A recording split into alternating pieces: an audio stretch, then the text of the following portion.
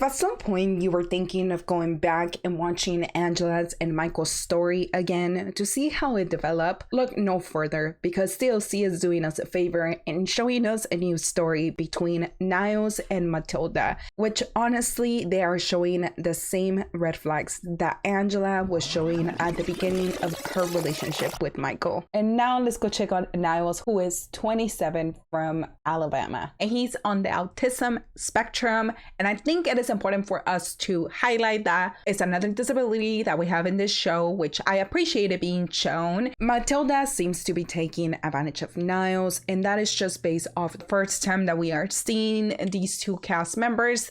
And I'm just a little worried about him. So I want to put it out there because there's already some red flags that we are starting to see coming from Matilda, and how Niles is not really sure how to just go around him. Growing up, I always knew that I was different.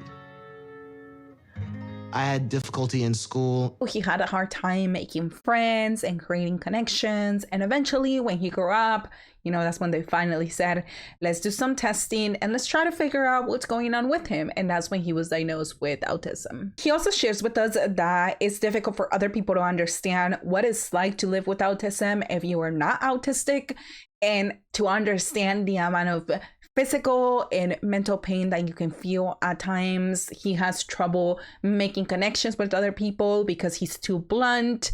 You know, there's certain things that annoy him that wouldn't annoy us, like the electricity. I hear that little whir sound every time we turn on the lights. There's also a moment when he's cooking and he ends up burning the bacon, and he offers it to the crew, to the producer, like, here, I know you're hungry.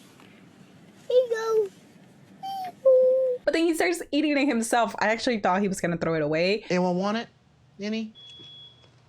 He also proceeds to tell us that all his senses are like extreme. So he can smell the paint on the wall. He can smell the wax. He can smell the mahogany table that's across from him. It's a very distinct smell. Niles also shares that he loves standing up for people just like him. That's the reason why I love my job as a peer advocate. He also has this funny thing where he goes around, when they ask him, how's your day going? He'll say, it's good for the most part. I'm still here. They ask him why he says that. I usually consider repetition a good thing because there's security. There's security in the status quo. For people that have autism, it is very easy for them to have repetitive days because it makes their life easier. You know, they know what's to be expected, because anytime that something happens that is out of the ordinary, it throws them off. I actually love watching Love on the Spectrum, and honestly, it's like one of my favorite shows simply because it shows us a different side of love. And it's incredibly important to know that every single person on the spectrum acts differently. And just like Niles, you know, we are seeing that he loves repetition. He is very sensitive to certain smells, certain noises. Something else that I did forget to mention is that Niles is a fan of Dungeons and Dragons. He actually loves any type of role-playing game. Would you by chance know where Orc Cross 7 is? Why, yes, I do. But why do you need to know? Because he can live that life, you know, he can be someone else. And he also really likes the community and the friendships that you can create with role playing. I love symbiosis, people coming together to become more the sum of their parts. So now Niles is off to give his coworkers, you know, a little reminder, hey, I'm gonna be gone, so we're either gonna have to postpone the class or we're gonna have to find a replacement for the time being. So are you ready? Define ready, because going to see Matilda. And then he shares with us about Matilda. We've been dating for the last 2 years. I met Matilda on social media. She just slid into my DMs out of nowhere. She's a 23-year-old from Ghana. He says that at first he was like, this is way too good to be true, especially because she's very attractive. She's a beautiful woman and she is a curvy woman. Niles says that he loves Matilda. He loves her smile, Her smile does things to him that he can't even explain. It does make you feel a type of way, not just because of her beauty either. He has also shared with her that he has autism, and she's okay with that. She has shown him I'm someone worthy of having a marriage, of having a family, of having happiness. which I find so sweet, but I really hope that she doesn't end up breaking his heart. And I'm worried, okay? I am. In just 1 week, he's going to be meeting Matilda for the first time. And the main problem in this situation right now is that Around 5 months ago, I proposed to Matilda over the phone. so she's expecting them to get married during the trip. Niles thinks that they need to wait. He needs to get to know her. He needs to understand who she is, spend some time with her before he makes a life-altering decision. But at the same time, he feels pressure. To my surprise, she has gone full steam ahead and is planning everything for a wedding. I think is extremely concerning that she's so pushy when it comes to marriage, and especially not just marriage, but the fact that she wants it to happen during the trip. Because what is the rush? You guys don't really know each other, so maybe we should pump the brakes a little bit. Are you afraid to tell her no? To tell you the truth, Braylon, I am. I feel like he doesn't want to tell her because of her reaction and how things might go when he does tell her. It is not an excuse for him not to share that with her.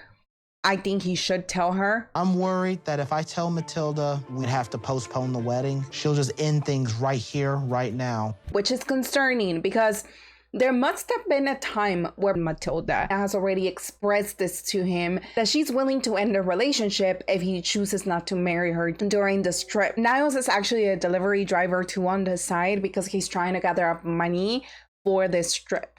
He knows that he's about to spend $3,000 for everything. The hotel bookings, the flight, and if the wedding actually happens. And he's worried about all of this. And honestly, $3,000 does not seem as much when it comes to a trip to Nigeria. He says that because of their culture, he actually has to pay money to the parents for, the price of the bride. I don't even understand how much I'm supposed to be paying. And that is another reason why he doesn't want the marriage to happen just yet, because he doesn't have the means for it. But you still need to share that with Matilda, and you're not doing so. And then 1 second you're saying, oh, I need to have money for the wedding, and then the next second you're saying, oh, but I don't want it to happen.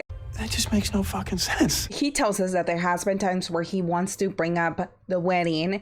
When she's talking about it, he can see how excited she is. And this is when he's like, you know what, maybe I should talk to her, maybe I should tell her. But then he starts thinking about the repercussions of it and how overwhelming this is going to be on him. And then he chooses to mask. It's something that some autistic people do to try and mirror what we think is the norm in that situation. So in this case, he is lying to avoid the repercussions. But he also says that he feels like he needs to tell her right now before he gets to Uganda. But let's see how that goes. I can't wait to see you at the airport, to hug my babe, to kiss you. I look forward to it.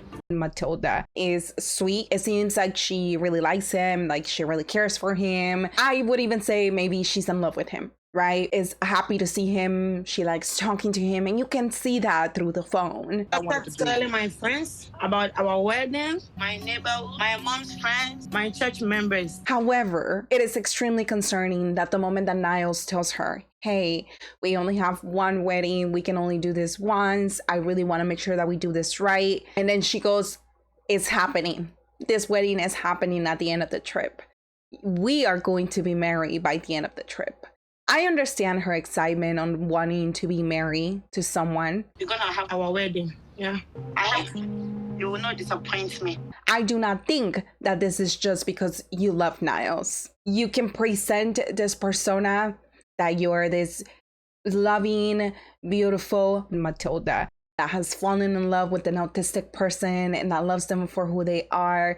But at the same time, you're not allowing this man to make decisions, and you are forcing a decision on him. You are noticing that he's uncomfortable. You can see that. I can see that, and I'm not there. So if you're noticing that he's not comfortable with that situation, Why are you pushing him into making that decision? I'm not saying that Niles shouldn't be allowed to be in a relationship. What I'm saying is that Matilda is taking advantage of Niles' autism. And I really hope that I'm wrong, but I don't think so. So they keep going. They keep saying, I love you to each other, sending each other kisses. I love you. And I love you more than you love me. No. I love you more than more. And Niles at the end decides that he's not going to fully tell her that he doesn't want to get married during the trip. He is thinking, what is she going to feel? She's gonna feel like she's being attacked. She's being rejected, just like everybody else. He doesn't want to make her feel like that. So he's choosing to lie and to wait until he sees her in person to tell her the truth. Right? And now we're moving on to the next couple. It is the next day in the morning after Lauren's first night in the Philippines, and he shares, that he wishes that he would have been able to sleep with Faith on the first night, but he understands that, they're meeting each other for the first time, which I'm pretty sure he doesn't, but we'll continue. Lauren says that he wants to go ahead and exchange some of his money for pesos. And can you guys guess how many dollars this man brought with him? 46? Is this all you have for this trip into the Philippines? You're a broke boy, just say so. Of course, Faith is like, what do you mean you only have $46? I thought you had more money. And he's like, oh, well, I have a check pending. It's gonna come in soon. There's nothing to worry about, but there is something to worry about because there's many things that you still have not told Faith. So now they're off to the market. And once they're in the taxi, Faith is holding Lauren's hand. She realizes that she's sweating, so she tries to move it away because she feels embarrassed. But Lauren reassures her that it's okay, that he doesn't mind, he doesn't really care. And he also asks her if there's anything that she would like at the market. Because we need to budget your money. Whatever you want. Lauren, you have no money. I think Faith is right when it comes to telling you that you cannot be spending right now and that you should be budgeting your stuff, because that is one of the reasons why you're here, because you don't know how to spend your money. And Faith also shares that she is not with Lauren for his money, but that she was under the impression, or she is under the impression, that living in the United States comes with blessings, comes with advantages, which means that life will be easier over here than it is in the Philippines. And since he's always working like he says he is, It doesn't make sense for him to have so little. Jay broke. once they arrive at the market, it's like a tianguis here, and everything is so cheap because the conversion rate. And Lauren is having the time of his life. There's food, there's clothes, there's shoes, so many things that he can actually buy for Faith. And the funny thing to me is that Faith continues to budget his money. You must be careful because we need to spend your money in a good way. Of course, Lauren is happy. He's like, this is one of the first times that I can actually take my girlfriend out, buy many, many things for her, and not have to worry about money. I could financially be stable for once, and I could just pay for whatever she needs, and we'd both just be happy. And that is not how it works, because once you move to the Philippines, you're not going to be making dollars. You're going to be making pesos. You don't have the skills necessary for an American company to hire you while you work remote. Of course, Lauren continues to spend money like crazy, and this is the impulsive behavior that he has. He moves from town to town, from city to city. He changes jobs so frequently. He spends money like crazy even though he doesn't have it. I never had a man buy me things. Sige po, salamat po. And Faith is starting to wonder if this is the life that she wants to live in the future. This is the first time that someone is spending money on her without any hesitation, just to make her happy. It's not gonna solve your guys' problems, but it's putting a little band-aid. Now it's time for Faith and Lauren to go meet one of her best friends. She is like my second mom, so she needs to get to know Lauren. It is incredibly important that Lauren makes a good impression. And once they get there, Mama Ding shares, Yun nga po, bago niya ibigay yung totoo niyang pagmamahal, pag-aaralan niya muna. and she starts asking them questions, how do you guys meet? What are your plans for Fate? And he's like, well, my plans for Fate, Well, actually, a possibility. There's an idea where I don't just go home. I just stay here somehow. And Fate is like, Bombastic side eye. what did you just say? You know, it's like you guys. She even stops eating. She's looking at him like, please give me your reasons because you're pissing me off right now. Fate was under the impression that she was going to be able to move to the United States with Lauren. And now Lauren is telling her that he is actually homeless over there, that he doesn't have enough money, that he doesn't even make enough money to be able to bring her here. A big shock for me. He always knew that I hope to move to the US, and he never told me. Here's where we're starting to get more problems because In America, I'm homeless. I don't make enough money to afford to live anywhere. Mama Ding is telling Fate, hey, you guys really need to figure this out because as a foreigner, it's going to be extremely difficult for Lauren to be able to get a job here in the Philippines. And of course, Fate is just sitting there like she doesn't even know what to do. She doesn't even know how this is going to work. Here in the Philippines, it's extremely difficult to get a job. Right. You know, the salary is not good. It's not enough for the family. But Lauren has a solution. You get an online job. I just work from home. Because I could just do a computer job in America. I'd make American money. Based on your resume that we have seen, you know, travel online, you do not have the qualifying experience to be able to get a remote job. Stop filling this girl's head with stupid and dumb ideas that are never going to come true. Stop giving her dreams and aspirations that you're never going to deliver on. You're just breaking her heart. And it's so sad to see. And I genuinely want to just grab you and shake you so you listen to your freaking words. Whatever I do is going to have to be for Faith.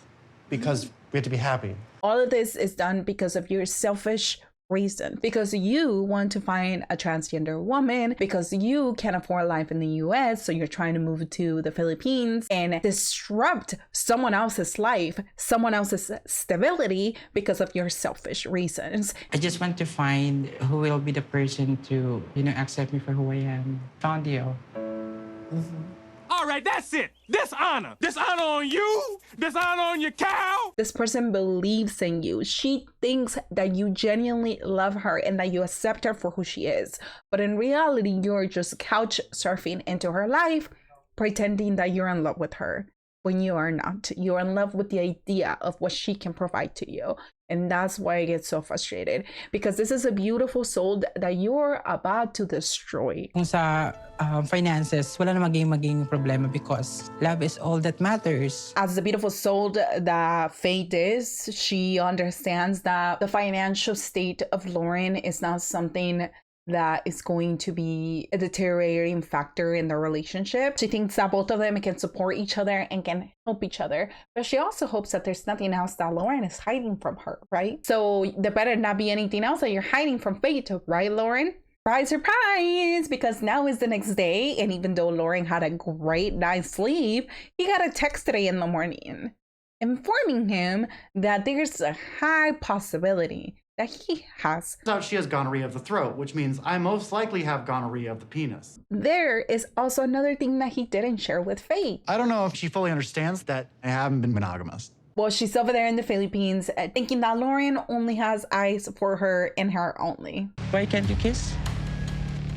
Well, I have gonorrhea. And I would love to, just scrap that smile off his face so quickly after he says that. Like, why will you look at your partner like that for such a freaking serious topic and tell them, I have gonorrhea? What a dick. As always, let me know your thoughts about this episode. Don't forget to like, subscribe, share with a friend or two, and I will see you guys next time. Bye.